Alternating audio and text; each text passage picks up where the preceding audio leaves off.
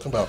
Well, Greg, it's pretty impressive performance tonight for your professional debut. I mean, tell me kind of what the emotion is, how things played out versus your expectations. Still not feeling real. Still feels like a movie, man. You know, just met Dana White, crazy. Got to hang out with Herb, like just. I feel awesome, man. You know, I went in, battled a warrior, great athlete, came out victorious, followed the game plan, and it's just, you know, it's one of the best feelings in the world, man. It's like sacking 100 quarterbacks. Give us an idea, because we're following on social media, but it sounds like, yes, you got a UFC contract, but there's a possibility that maybe you'll have some other fights. Explain to us, how was explained to you, kind of what your understanding is of what's going on. You know, do you want me to be honest? I was just real starstruck a second ago, so I was just like, it's Dana. But, I mean, what it sounded like was, you know, it's going to be a developmental thing. They're going to build me up, and that's how I'm going to get my shot. So, you know, I'm all for it, all about it. Like I said before, I want to earn this, and it's a perfect opportunity for me to go back, perfect my game, and come out and show what I got again, you know. And as many times as I have to do it, I'm willing to do it. So you're okay with that? You don't feel like slighted at all? That, you know, like, hey, that wasn't enough to get me in the big show? I want to know. You know, that's awesome, and you know, it's really cool. I worked hard, but at the same time, you know, I got 5 fights, and it's something that needs to be earned. You know what I mean? These guys have been doing, you know, that's Alonzo's 2nd time on the show. So, like, just to be honest and realistic and put it in perspective, these guys have worked a lot longer than I have, and they have earned it. You know, I want to do the same thing, you know, because I'm proud of those guys, and I'm starting to understand the feelings that they're getting and why they're getting them. So I want to emulate and come back and prove it over and over again, man. This is the best feeling in the world. And last thing for me, I mean, watching the reaction online, about half the people were like, oh my God, that was amazing, this guy's a stud. And then the other half were, damn, this guy won, we were hoping he'd lose, you know, we don't. So I gotta ask you, man, how long do you think, you know, you're gonna have to battle that stigma? Because people are gonna point to your past every step along the way, you know. How long do you think you're gonna have to battle that? And is that difficult for you, that you're gonna have to keep addressing this interview after interview, fight after fight? If you're doing all the interviews, no, man, I'll address it all day, man. You're really cool. But you know what? If I was a genie, man, or if I was a fortune teller, I'd play the lottery instead of fighting or instead of having a job. I don't know how people are going to react, but I know, and you know, a message to everybody in the world that I'm willing to go up against it every day of my life to prove that I am a human being. I have worth. You know, I am willing to earn it, and that I'm an entertainer, and I'm one of the best in the world. You know, I keep the fans happy, and I love them just as much as I love my family. How did you feel about media when you were an NFL player? I had a whole lot of fun, believe it or not. I don't know if you guys noticed.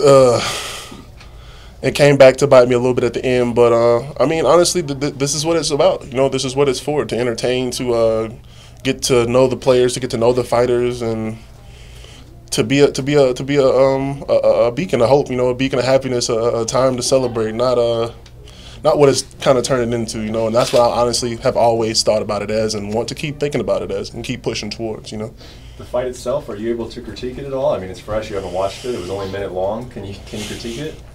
Again, I'm still in La La Land, man. That was all I remembered was just do what Coach said, stand behind my jab, and bring it, you know. And we'll go back to the gym, we'll break the film down, and we'll critique it. I've already asked Coach, you know, what I've done wrong, what gaps we need to fill, and that's going to be my #1 thing, just filling holes, filling gaps in my game, and making sure that the next time I come out, it's even more flawless, and it's even more, you know, on point, on key, just all fluid and all dangerous. Obviously, you're just getting started, but I had heard that at American Top Team that you've done a little bit of work with guys like Arlovsky, like Dos Santos. Yes, I mean, sir. How much time have you spent with those guys, and how do you even? I know you're not comparing yourself to them yet, but are you in the same world as them yet, or how would you? I'm in the same gym as them. that's what I said. We're in the same gym. Man, we're talking about pros. You know, we're talking about some of the best in the business, some of the most dangerous men on the planet. It's an honor and a pleasure to be in the gym with them. You know, and that's the reason that I've been able to move so fast and adapt so fast. Just going up against guys of that caliber, and having those guys actually teach me, and you know, having Alexi, Olenek show me things on the ground, and Daniel Jolly kind of teach me and correct me, and having you know, all those guys. Arlovsky, sparring with Arlovsky for his fights. You know, I was in his camp just a little bit for Stefan Struth, and man, it was just. It's a pleasure, but you know, at the same time, it's invaluable information. You know, you can't get that anywhere else. You're not going to get that training with Joe Schmo at another gym. So best team in the world, best fighters in the world. no choice but to be the best. You changed your career NFL to this.